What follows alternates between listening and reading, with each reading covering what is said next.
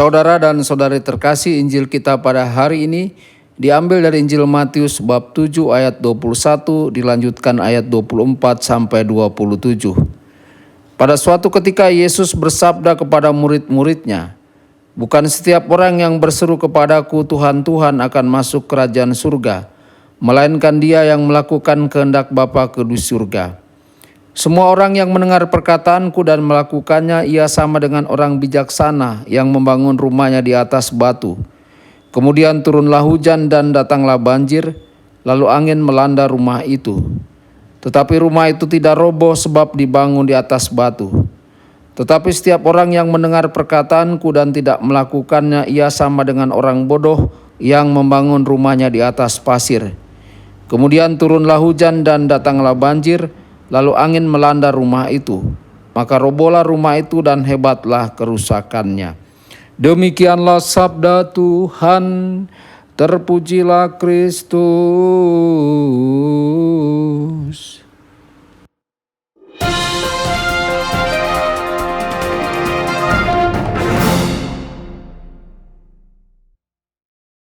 Saudara dan saudari terkasih dimanapun Anda berada, jumpa lagi dengan saya Romo Tedens dalam saluran Warta Kabar Sukacita.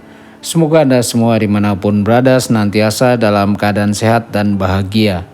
Saudara dan saudari terkasih, sangat mudah untuk menyebut Yesus sebagai Tuhan. Lagi pula kita tahu dengan iman bahwa Dia adalah anak Allah. Mujizat-mujizatnya dan ketahanan gerejanya membuktikan kodrat ilahinya. Namun pengakuan kita akan keilahiannya tidaklah cukup. Pengakuan kita bahwa Yesus adalah penyelamat kita tidak akan menjamin kita mendapat tempat di surga.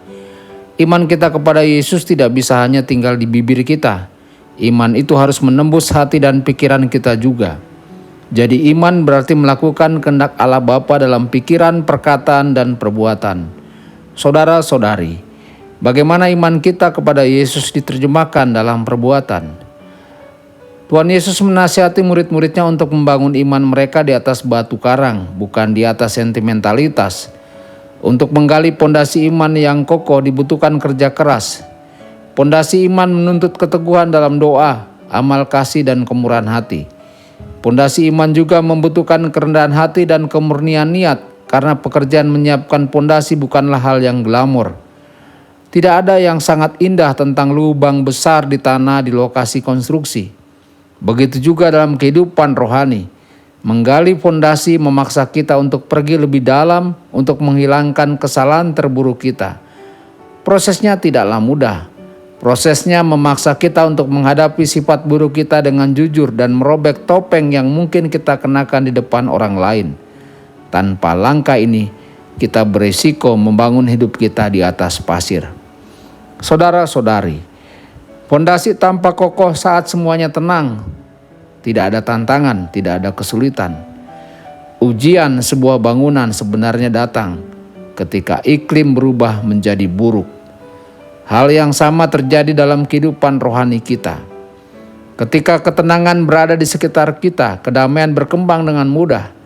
Tetapi ketika krisis terjadi, penolakan, penyakit, pertentangan atas masalah moral, saat itulah kita belajar memiliki kekokohan iman kita. Petrus yang menyombongkan diri bahwa dia akan berdiri di samping Tuhan kita, walaupun iman mereka kepadanya goyah, belajar dari pengalaman pahit bahwa keberaniannya tidak seperti yang ia pikirkan. Ia meninggalkan Yesus di Taman Getsemani seperti yang dilakukan semua rasul. Bagaimana dengan kita? Tuhan Yesus memberkati dan menyertai Anda semua. Sabda Allah adalah kebenaran. Sabda Allah adalah kehidupan. Mari kita mencintainya, mari kita menghayatinya. Ya Tuhan yang ku muliakan,